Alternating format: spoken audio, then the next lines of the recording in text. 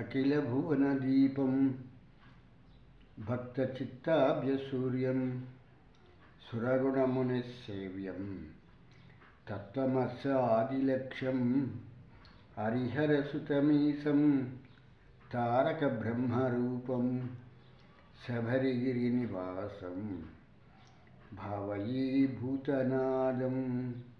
స్వామి శరణమయ్యప్ప. ప్రియమైన ఆత్మబంధువులారా, ఆశ్రితం వారి సౌజన్యంతో మనం ఈ భక్తి అనేటువంటి కార్యక్రమంలో మనం విశ్వామిత్రుడితో రామలక్ష్మణులు మునులు అందరూ కూడా పరివేష్టించి ఉండి వాళ్ళందరూ కూడా విశ్వామిత్రుని వెంట నడుస్తూ మిథిలా నగరాన్ని జనకపురిని చేరుకోవటానికి ప్రయాణమే వెళుతూ మధ్యలో విశాల నగరం దగ్గర ఉన్నటువంటి గౌతమ మహర్షి తాలూకు ఆశ్రమం, మిథిలా నగరానికి బయట వనాంతరంలో ఉన్నటువంటి గౌతమ మహర్షి ఆశ్రమాన్ని చూసి అహల్య గౌతముల కథని విని ఇంద్రుడికి శాపం పోగొట్టి ఆ పితృదేవతలు అతనికి ఆ వృషణాలను అమర్చి పితృదేవతలు సంతతి లేని వారైపోయారు. కారణం ఏమంటే ఈ యొక్క విషయాన్ని ఇంద్రుడికి మేక తాలూకు వృషణాలని అమర్చండి అని చెప్పటంతో దాని ఫలితంగా వాళ్ళు పుత్ర సంతతి లేని వాళ్ళు అయిపోయారు. దీని మూలంగా వాళ్ళు ఎంతకాలం చూసినా పితృదేవతలు అనేటువంటి వాళ్ళు ముగ్గురే ఉంటారు తప్పితే అంతకు మించి వాళ్ళ తాలూకు విస్తీర్ణం అన్నట్టుగాను వాళ్ళ తాలూకు బంధుత్వము పెరగలేదు.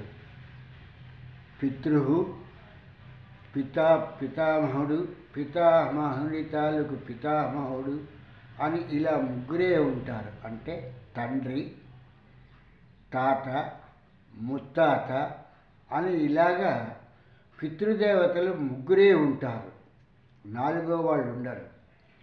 ఇది ఎవరికి పెట్టినప్పటికీ కూడా పితృ కార్యక్రమము అని అంటారు తప్పితే ఇది మాతృ కార్యక్రమానికి మళ్ళీ ఆడవాళ్ళని పిలిచాము అనేటువంటిది ఉండదు. ఈ పితృదేవతలు అనేటువంటి వాళ్ళు తండ్రి, తాత, ముత్తాత వరకు మాత్రమే ఉంటారు. అంత తప్పితే తల్లి, బామ్మ, మళ్ళీ వాళ్ళ అత్తగారు ఇలాగనేటువంటి సంబంధంలో ఉండదు. ఇది ఎప్పుడూ కూడా ఈ యొక్క పదాన్ని పితృదేవతలనే చెప్పి సంబోధిస్తారు. ఈ పితృదేవతలు అనేటువంటి వాళ్ళకి స్త్రీ పురుష భేదం లేదు. ఈ చేసేటువంటి ఈ యొక్క కర్మ కార్యక్రమాల్ని ఆడవాళ్ళకి చేసినా మగవాళ్ళకి చేసినా, అంటే తల్లికి చేసినా తండ్రికి చేసినా ఎవరికి చేసినప్పటికీ కూడా ఈ ముగ్గురే ఉంటారు తప్పితే 3 పిండాలనే పెడతారు తప్పితే 4వ పిండాన్ని పెట్టరు. ఇది ఇందులో ఉన్నటువంటి గొప్ప విశేషము. ఈ విషయాలన్నింటినీ కూడా కడు జాగరూకతతో తెలుసుకోవాల్సినటువంటి విషయము. కనుక ఈ పితృదేవతలకి సంతతి లేకపోవటంతో వాళ్ళు అలాగే మిగిలిపోవటం జరిగింది. పితృదేవతలు పితృలోకంలో ఆ ముగ్గురే ఉండటం జరిగింది. దీని తర్వాత అహల్య శాప విమోచనం గావించి రామలక్ష్మణులు విశ్వామిత్రునితో పాటు ఈ యొక్క ఈశాన్య దిశగా పయనించి జనకుని తాలూకు యజ్ఞవాటికని చేరుకున్నారు. జనకుడు మహారాజు తాలూకు యజ్ఞవాటికని చేరుకున్న తర్వాత రాముడు అక్కడ ఉన్నటువంటి వాటన్నింటినీ కూడా తను కను సన్నలతోనే చూసి అక్కడ విషయాన్ని గ్రహించటం జరిగింది అని మనకి ఈ యొక్క వాల్మీకి కర్త మనకి ఈ విషయాన్ని చెప్తున్నారు. రాముడు ఆ మహాత్ముడైనటువంటి జనకుడి తాలూకు యజ్ఞానికి వెళ్ళిన తర్వాత నానావిధ దేశాల నుంచి వచ్చినటువంటి పండితులు, వేల కొలదిగా బ్రాహ్మణులు, తర్వాత యజ్ఞవాటిక చెందిన ఋషులు, చక్కగా ఉన్నటువంటి ఎన్నో రథములు, వీటితో ఉన్నటువంటి ప్రదేశము ఋషి నివాసములతోడను వందల కొలది బండ్లతోడను నిండి ఉన్నది. కావున ఓ బ్రహ్మఋషి, మనము నివసించుటకు ప్రదేశమునకు ఎక్కడైతే మనం ఉందామనుకుంటున్నామో ఆ ప్రదేశాన్ని మీరు నిర్ణయించండి. మనం ప్రశాంతంగా హాయిగా ఉండటానికి కావలసినటువంటి ప్రదేశాన్ని మీరే నిర్ణయించండి అని చెప్పేసి విశ్వామిత్రుడికి చెప్పటం జరిగింది. అంటే విశ్వామిత్రుల వారు యజ్ఞానికి వస్తున్నారు అన్నటువంటి విషయము జనకుడికి తెలియదు. తెలుసున్నట్లయితే అతను తగిన ఏర్పాట్లు చేసేటువంటి వాడు.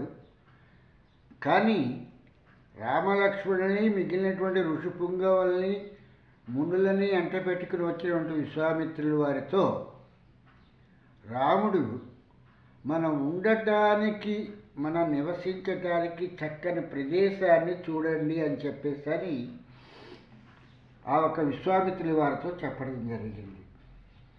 విశ్వామిత్ర మహాముని రాముని మాటలను ఆలకించిన జల సౌకర్యము కలిగినటువంటి ఒక నిర్జన ప్రదేశమునకు తమకు బసగా నిర్ణయించను. నీళ్లు ఉండి ఒంటరిగా తాము ప్రశాంతంగా ఉండగలిగేటువంటి ప్రదేశాన్ని నిర్ణయించుకుని ఈ యొక్క ప్రదేశంలో నివసిద్దామని చెప్పేసి అనుకుని వీళ్ళు నిర్జన ప్రాంత ప్రదేశమునకు వీళ్ళు వెళ్ళటం జరిగింది. అంతటా జనక మహారాజు విశ్వామిత్రుల వారు వచ్చారని తెలుసుకుని ఆ ఒక్క విశ్వామిత్రుల వారు అనుదించుటగా గాంచి విని వెంటనే తనకు పూజ్యుడు లోకహితుడు అయిన శతానంద మహర్షిని వెంట తీసుకొని పూజ్యులైనటువంటి పురోహితులను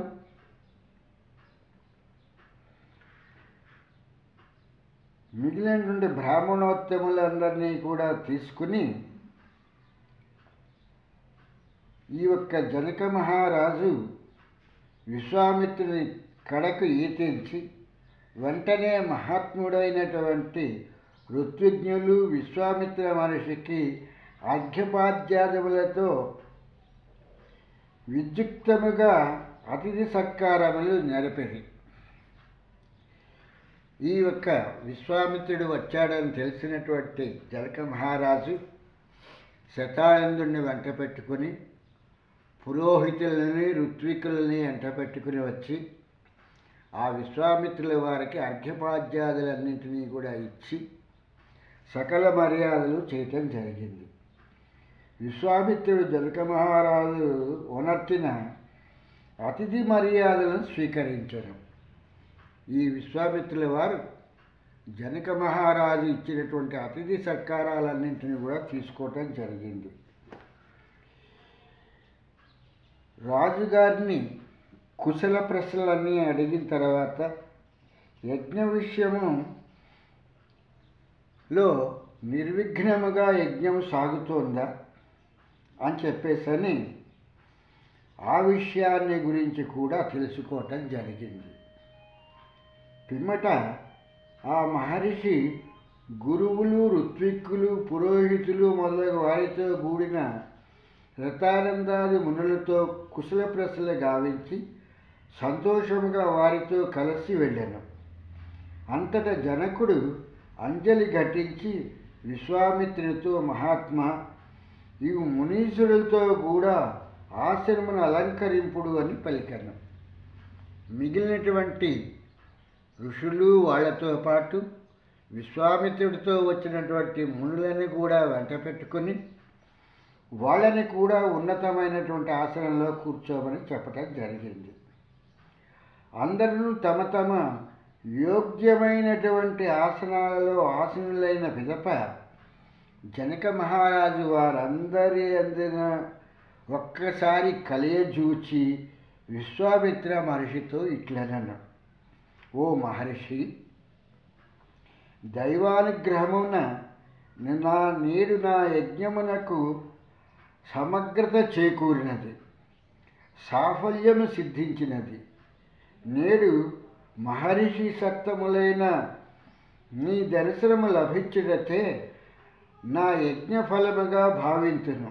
ఓ మునీశ్వర, ఓ బ్రహ్మ ఋషి, మునీశ్వరులతో కూడా మీరు నన్ను అనుగ్రహించి ఈ యజ్ఞవాటికకు విచ్చేసినందులకు నేను ధన్యుడనైతిని. ఓ బ్రహ్మ ఋషి, యజ్ఞవిధులైన ఋత్వికులు ఇక 12 దినములకు యజ్ఞము పరిసమాప్తమగును అని తెలిపిరి.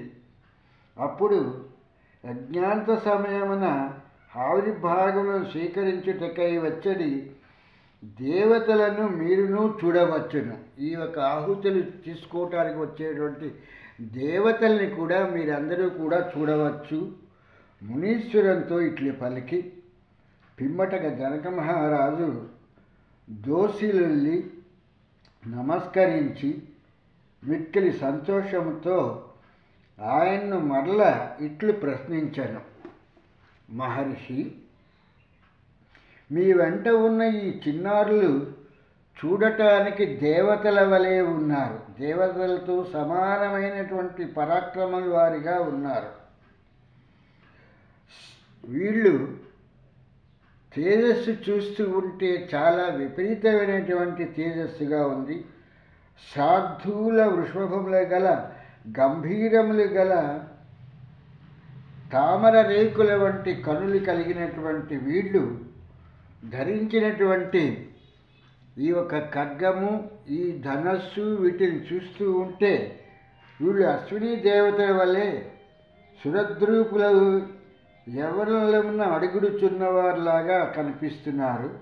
ఎవరి స్వామి వీళ్ళు అని చెప్పేసని జనక మహారాజు విశ్వామిత్రుని ఆ వచ్చిన వాళ్ళ గురించి అడగటం, తెలుసుకోవటం జరిగింది. ఈ యొక్క విషయాలన్నింటినీ కూడా మళ్ళీ రేపు మనం పునఃప్రారంభించుకుందాం. అంతవరకు సెలవు. స్వామి శరణం, స్వామి శరణం, స్వామియే శరణమయ్యప్ప.